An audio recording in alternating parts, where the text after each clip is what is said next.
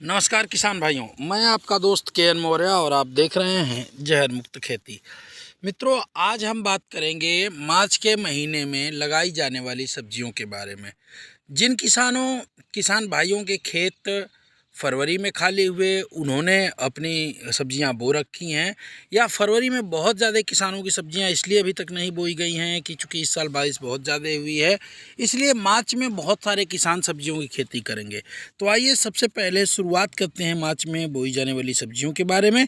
यदि आप हमारे चैनल पर नए हैं तो इसको सब्सक्राइब कर लीजिए ताकि कोई भी वीडियो आपसे छूटे ना।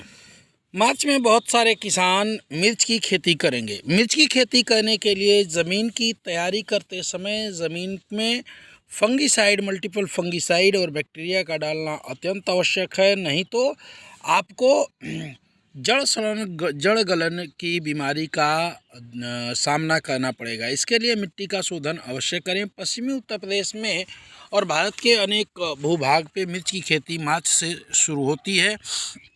जो मार्च में लगाई जाने वाली मिर्च आपके नवंबर तक जाती है। तो मिर्च की मार्च में जो वैरायटियाँ लगेंगी मिर्च की, उन वैरायटियों में बहुत सारी रोग रोधी वैरायटियाँ हैं, जिसकी एक वीडियो मैंने बना के डाली हुई है, उसे आप देख लें।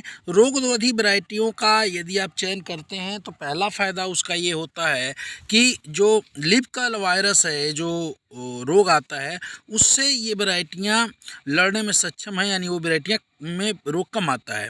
अब आते हैं खरबूज और तरबूज की खेती की।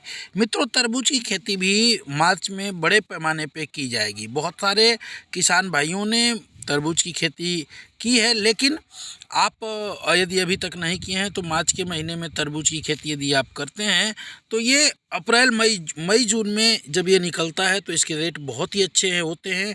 और आप जानते हैं कि इसे खाना कौन नहीं पसंद करता है, तो इसके रेट बहुत अच्छा मिल जाएंगे। इसलिए मार्च में आप इसकी खेती ज़रूर करें। इसको पानी की कम आवश्यकता होती है। इसको लगा करके आप चाहें तो मेड़ पे लगा सकते हैं या नालियों पे लगा करके इसे नालियाँ बना लें, नालियों पे लगा लें और इसके नार को, इसके गौ को फ्रेश क्यारियों में फैला दें। ये बहुत ही बढ़िया आपको लाभ देता है। इसकी वैरायटी चयन करते समय इस बात का ज़रूर ध्यान रखें कि जो सबसे अच्छी और सबसे मीठी वैरायटियों में से एक हो, उसे लगाने का काम करें, जिससे आपको रेट हमेशा मिलेगा। अब बात करते हैं खरबूज की। हमारे यहाँ इसे नाशपाती कहा जाता है। नाशपाती की खेती भी इसे आप करेंगे। ये बहुत ज़्यादा बिकने वाले फसलों में से एक है, और यदि आप इसे मार्च में लगाते हैं तो बहुत ज़्यादा प्रॉफिट आपको होगा, क्योंकि इसमें बहुत ज़्यादा बीमारियाँ नहीं, यदि फंगस को छोड़ दें, फंगस और थ्रिप्स को छोड़ दें तो इसमें बहुत ज़्यादा बीमारियाँ नहीं आती हैं। और खेती तैयार करते समय ही मल्टीपल फंगिसाइड का प्रयोग ज़रूर अपने खेतों में करें। इसके बाद हम बात करेंगे ककड़ी की खेती की। ककड़ी की खेती भी आप मार्च महीने में कर सकते हैं, क्योंकि इसकी बुआई भी अभी तक नहीं हो पाई है। तो मार्च महीने में ककड़ी की खेती करना बिल्कुल ना भूलें, यह भी आपको बहुत बढ़िया फ़ायदा देगी। इसके बाद हम बात करते हैं खीरा की खेती। खीरा की खेती बड़े पैमाने पे हमारे किसान फरवरी और मार्च में करते हैं। जो किसान मार्च में खीरे की खेती करना चाहते हैं, इस समय खीरा जाल पे नहीं बल्कि ज़मीन पे ही बोना ठीक रहेगा। इस समय जो खीरा बोए जा रहे हैं, हम उसको जाल पे नहीं बोएंगे, हम उसको खेत में फैला के ही खेती करेंगे खीरा की, तो भी बढ़िया उत्पादन आपको मिलेगा। और गर्मियों में इसका रेट भी बहुत अच्छा रहता है। खीरे की वैरायटियों के बारे में भी मैंने बताया हुआ है। खीरे की खेती भी आप मार्च महीने में कर सकते हैं, जो आपको बहुत बढ़िया पैसा देगा। इसके बाद हम बात करते हैं नेनुआ की खेती के बारे में। हमारे यहाँ पूर्वी उत्तर प्रदेश में इसे नेनुआ कहा जाता है, तुरई भी बहुत लोग कहते हैं।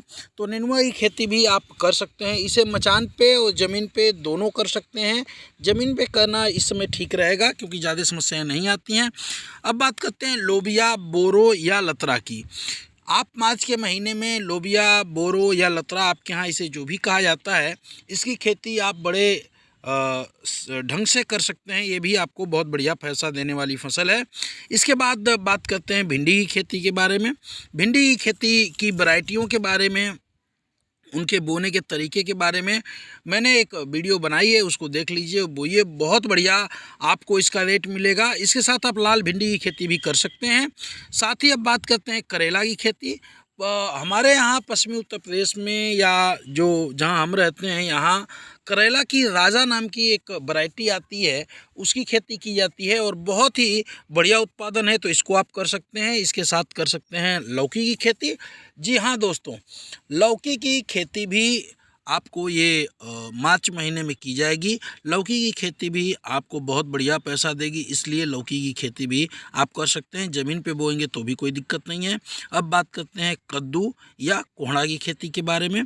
बहुत सारे लोगों ने आलू की खेत में ही कोहड़ा लगा देते हैं। जब खुदने के नज़दीक रहता है उससे 20 दिन पहले ही हम कोहड़े को लगा देते हैं कद्दू को, ताकि जब आलू खोद लेते हैं तो ये फल देना शुरू करता है। कद्दू की खेती यदि आप करते हैं कोहड़े को, तो बहुत सारी ऐसी वैरायटियां हैं जिनका वज़न 1.5 से 2 किलो के आसपास होता है और यही वैरायटियां भारत में काफ़ी तेज़ी से प्रचलित हो रही हैं, क्योंकि सीमित परिवार का प्रचलन हमारे यहाँ बढ़ता जा रहा है। तो इसकी खेती करें। इसके बाद बात करते हैं पेठा की खेती के बारे में। बहुत सारे किसान पेठा की खेती इस महीने करना चाहें तो कर सकते हैं। पेठा भी आपको बहुत बढ़िया पैसा देगा। इसकी भी मिठाइयों बनाने में और बहुत ज़्यादा चीज़ों में इसका यूज होता है, तो पेठा की खेती कर लें। पालक की खेती भी इस महीने आप कर सकते हैं। पालक के साथ साथ आप चौराई के साग की खेती भी इस महीने किया जा सकता है मार्च में। तो मार्च में इसकी खेती करना ना भूलें। इसे पानी वाले स्थान पे लगाएं। इसके साथ जिन किसान भाइयों के पास बैगन की नर्सरी तैयार हो, वो बैगन की खेती भी मार्च के महीने में कर सकते हैं। बैगन की खेती करते समय इसमें भी रोगरोधी वैरायटियाँ आती हैं, तो इस वैरायटियों का चयन कर लें और आपके यहाँ जिस बैगन का रेट बढ़िया मिलता हो उस बैगन की खेती का चयन करें। और बैगन की खेती भी मार्च के महीने में आप कर सकते हैं, जो आपको बढ़िया मुनाफा देगा। और फिर आप कर सकते हैं अरवी की खेती। अरवी की खेती भी बहुत कम लागत में बहुत बढ़िया उत्पादन मिलता है और बहुत बढ़िया पैसा आपको मिलता है। इसके पत्ते भी बिक जाते हैं और ये खुदाई होती है तो ये भी बहुत बढ़िया बिकती है। तो अरवी की खेती भी इस महीने कर सकते हैं। ये वीडियो आपको कैसी लगी इसके बारे में ज़रूर बताइएगा। कोई दिक्कत हो तो 9236114711 पर